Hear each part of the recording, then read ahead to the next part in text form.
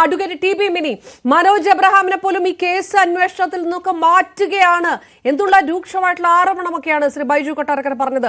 Cinema നിർമ്മാണത്തിന് പിറകിലുള്ള drugs mafia ഇതൊക്കെയുണ്ട്.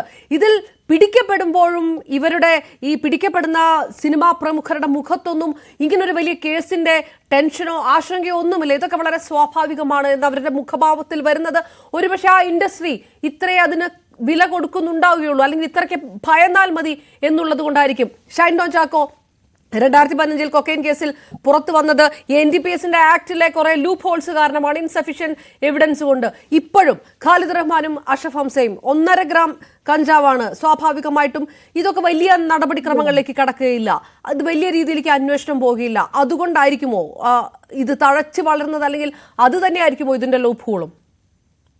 അതെ, എല്ലാവരും ലഹരി ഉണ്ട് എന്ന് പറയുന്നതല്ലാതെ ലഹരി എന്ന് പറയുന്നത് ഇപ്പോ നമ്മളിപ്പോ പറയുന്ന നേരത്തെ പറഞ്ഞിരുന്ന ചെറിയ കഞ്ചാവ് ഒക്കെ ചെറുതായി മാറി സിഗരറ്റ് പോലെ, അതായത് സിഗരറ്റിന്റെ പോലെയുള്ള ഒരു ലഹരി സംവിധാനത്തിലേക്ക് ഇപ്പൊ കഞ്ചാവ് മാറിയിരിക്കുക.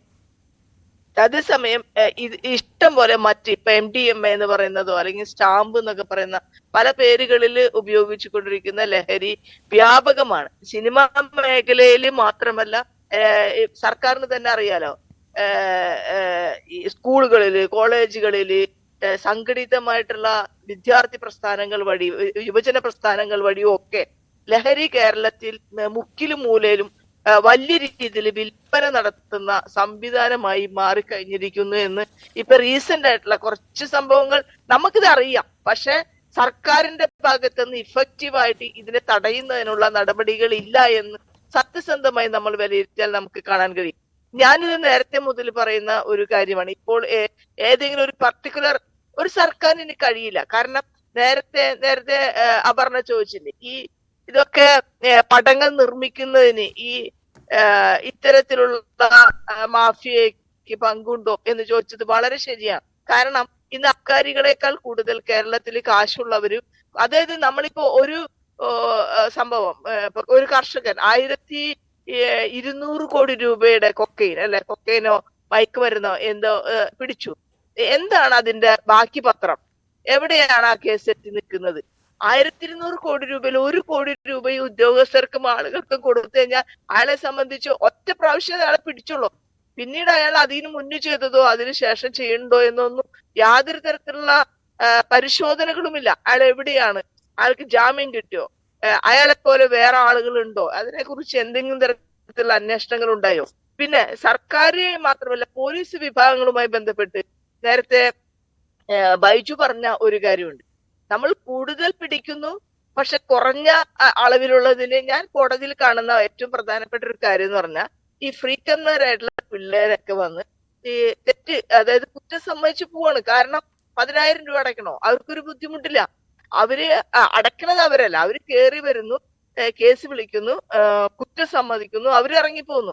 10,000 രൂപ പിഴയടയ്ക്കാനായിട്ട് വേറെ ആളുകൾ വന്ന് അത് പിഴയടച്ചു പോവാണ്.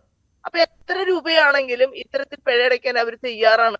അതിന് വേറെ ആളുകൾ അത് കൊടുക്കാൻ തയ്യാറാണ്. ഇവർക്ക് വിറ്റാൽ മാത്രം മതി, ഇത് കൊണ്ടു നടന്നാൽ മതി. ഇതിന്റെ ഒരു റിസ്ക്കും ഇവർക്കില്ല.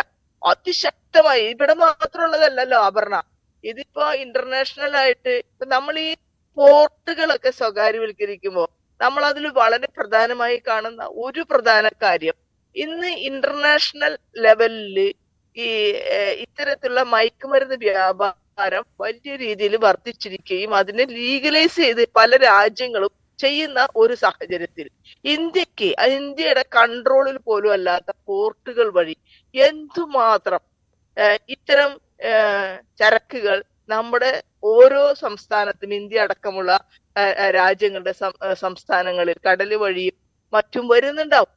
അപ്പൊ കടലിൽ വെച്ച് അല്ലെങ്കിൽ അറബിക്കടലിൽ വെച്ചൊക്കെ 1000 ചില്ലാൻ കോടി, 1500 കോടി, 2000 കോടി എന്നൊക്കെ പറഞ്ഞാണ് നമ്മൾ ഇത് കേൾക്കുന്നത്. ഇതൊക്കെ ഒരു ഇൻസിഡന്റ് ഒക്കെയാണ് നമ്മൾ അറിയണത്.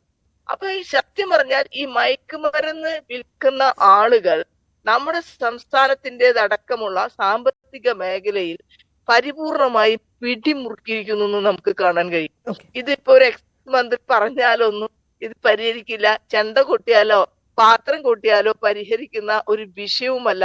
സ്ട്രിക്റ്റ് സ്ട്രിക്റ്റ് ആക്ഷൻ ഉണ്ട്. രാജ്യത്തിലെയും സംസ്ഥാനത്തിലെയും സമൂഹത്തിലെയും കുട്ടികളെയും കുഞ്ഞുങ്ങളെയും രക്ഷപ്പെടുത്താൻ ആ ഒരു സ്ട്രിക്റ്റ് ആക്ഷൻ ഉണ്ടാവുക തന്നെ. നമുക്ക് ശരിയാണ്.